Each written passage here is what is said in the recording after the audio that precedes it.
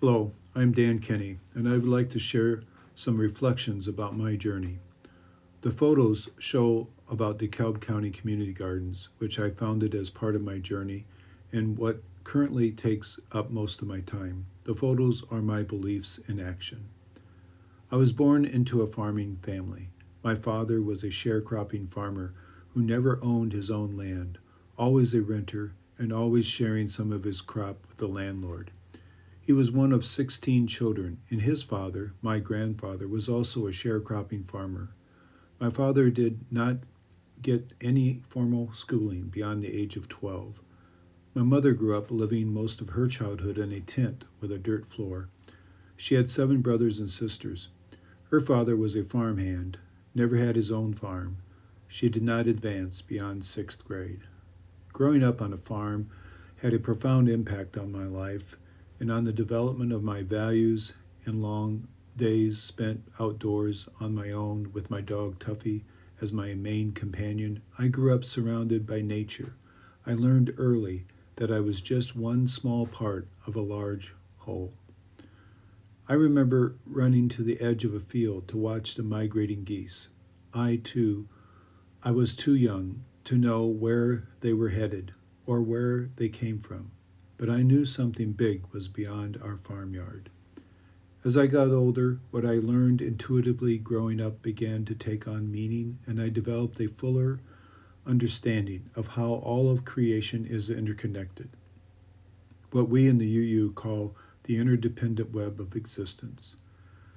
Being a part of the Baptist Church of our small farming community in the Spoon River watershed of Illinois was another important element of my development. The first song I remember singing was "The Little Light, This Little Light of Mine," and what stuck with me most from my religious education was the Sermon on the Mount. Then, as I moved into high school, I was drawn to the music of Simon and Garfunkel and other folk singers and songwriters such as Pete Seeger. My reading outside of school textbooks was Gandhi's autobiography and other biographies. I remember thinking that I wanted to make a difference and be part of making things better from around about the age of 15. I would sit cross-legged on the floor in front of our small TV with its black and white screen, watching Walter Cronkite. I especially remember watching Fully Captivated by Eric Sevareid when he interviewed Eric Hoffer, and Notes to Myself by Hugh Prather was also influential. Needless to say, I was a puzzlement to my parents. They did not understand all of my time spent reading. They never watched the news until I was in my teens and they started to watch with me the evening news. Later in college, I discovered and read Scott and Helen Nearing in reading Living the Good Life. I was greatly influenced by the Back to Earth movement of the 70s and spent hours poring over the Whole Earth catalog. I even spent some time visiting a commune where they grew their own food. So again, it was very surprising for my parents when I wanted to go to college, the first on both sides of the family to do so. All the while, I was spending a large amount of my time in nature, hiking alone or with friends, backpacking, hitchhiking, camping in the Appalachian Mountains. Looking back, I can see how I learned at an early age that there were many truths, even in my small Midwestern town with all the traditional places of worship. I was still able to find a way to be exposed to Hinduism, Zen, Buddhism, and other ways for searching for truth. What we as UUs would refer to as a free and responsible search for truth and meaning. And it was this kind of searching, a kind of hunger for knowledge and truth, that has a common thread throughout my life. I eventually made my way through college with a degree in elementary education. Although some years passed before I was fully able to land a permanent teaching position, I saw teaching as a way to create positive change in the world. The path my life would follow was prepared by this background. Looking back, I can see that there were common threads throughout my life that created my moral compass, which I continued to use as my guide. While teaching, I worked with children in the schools of DeKalb. I began to understand food insecurity and poverty in ways I had not fully understood before. One of my students asked me if I had ever eaten cold beans out of a can. He said they had been having meals from cans of beans because their electricity was shut off. One child's mother kept a chain and padlock on the cupboards to make sure children did not eat between meals. We still run out of food if we don't keep the cupboards and refrigerators locked, she said with a matter-of-fact certainty. When I was teaching in-school suspension students, I learned they had no idea that potato chips started as potatoes in the ground.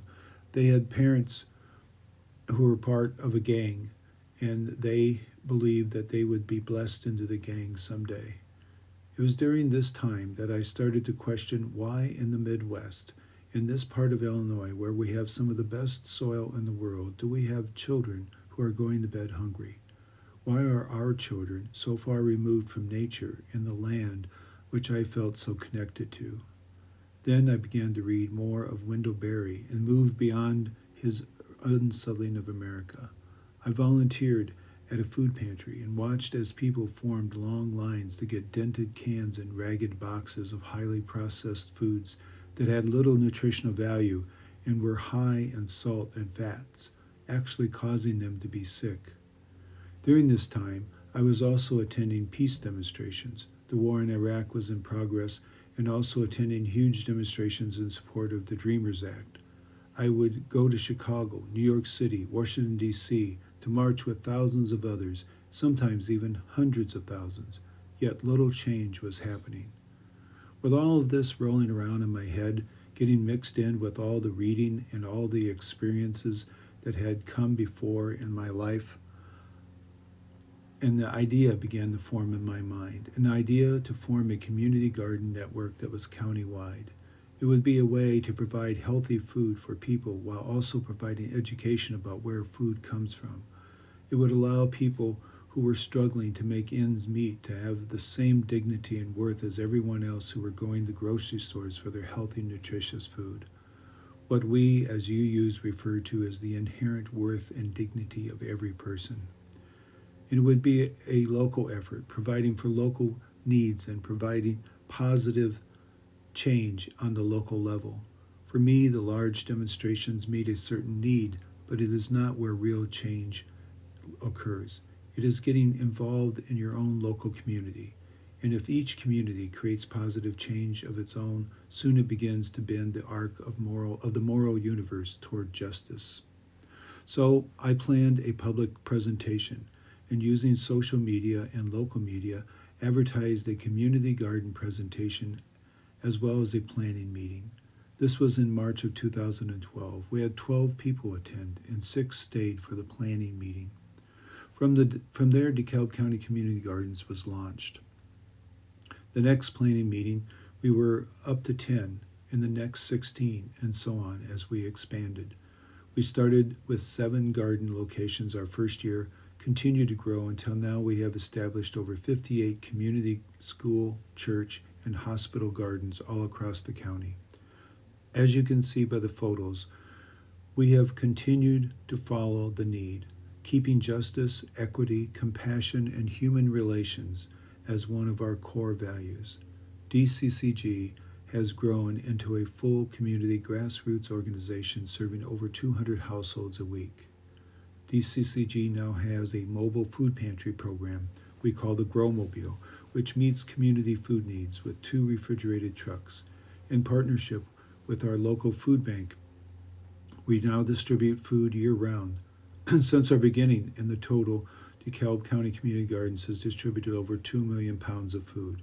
Some of the programs and efforts include the Walnut Grove Vocational Farm, where we provide training and work experiences for individuals with developmental disabilities from the ages of 15 and up in an integrated supportive environment.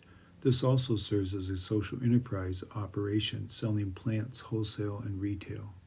A mobile kitchen that provides cooking demonstrations is able to take SNAP and link cards for fresh produce. A farm-to-pantry program that works with local growers and producers to increase access to fresh, healthy food while also growing the local food economy.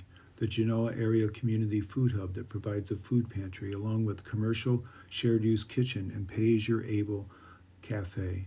DCCG has a school garden coordinator and educator that also serves some of our neighborhood gardens. We also have a 2-acre hospital garden where we provide learning opportunities to children of all ages as well as adults with diabetes and other diet-related conditions. We also have a Box of Hope program, which is a CSA program providing food for those who subscribe as well as for those who are food insecure. I never envisioned all that DCCG has become. That is because DCCG is not about me. It is about all the individual journeys of hundreds of others over the last decade coming together. My journey started out many decades ago, and luckily it is continuing today.